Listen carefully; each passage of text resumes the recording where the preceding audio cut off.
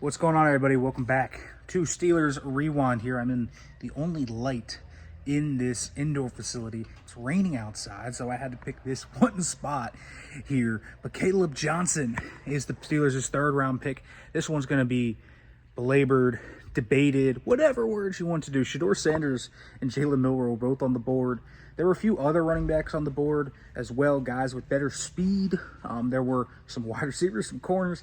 It didn't matter what position you wanted. You could have looked at this and said, you should take that position. But Kaleb Johnson, in my opinion, was the best running back left on the board. Now, he's not going to be your explosive back by timed speed. Ran a 4.57, but he has great patience. He has great ability to set up first and second level defenders.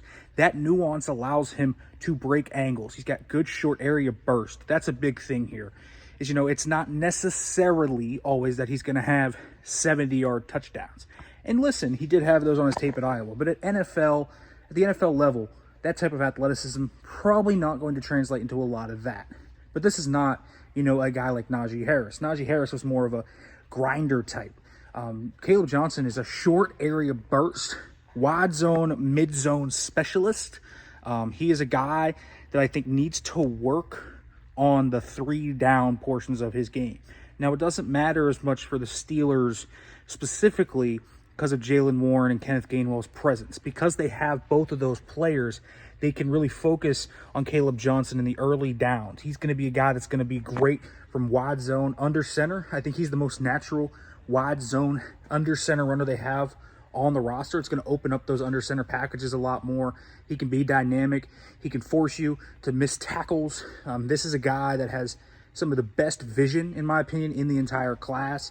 I do think he needs to work on the pass pro. I think that's going to be the big thing.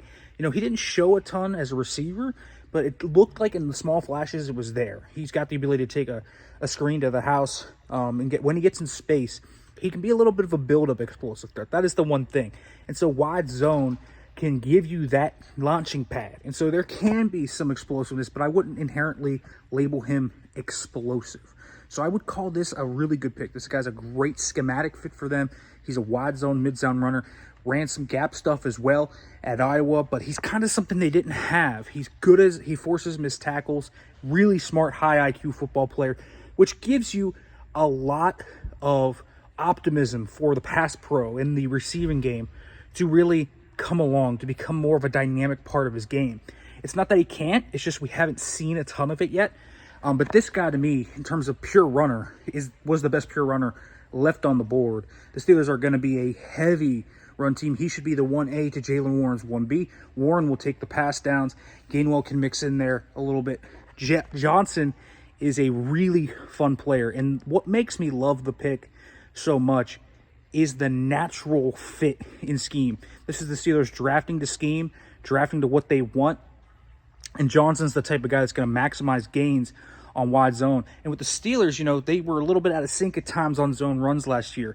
This is the type of guy that maximizes every little inch he gets on those zone runs. He's a master manipulator, pressing the line of scrimmage, baiting linebackers and safeties into the hole. He's got a lot of the tough things down as a running back. Now we'll see if he can round out his game. Quarterback, passing on Shedeur Sanders and Jalen Milroe, you got to have conviction about those players. I understand it if you're a fan that says, man, should have taken a quarterback. It makes a lot more sense to take one of those. And I get it. It's coming. I think it's going to be the round 4 pick. The running back value here, specifically with Kaleb Johnson, this was a guy the Steelers thought was going to go in the top 50 and fell to them at 83. That was the impetus for taking him. It was the player, not the position necessarily. And so they think they are getting a real stud here.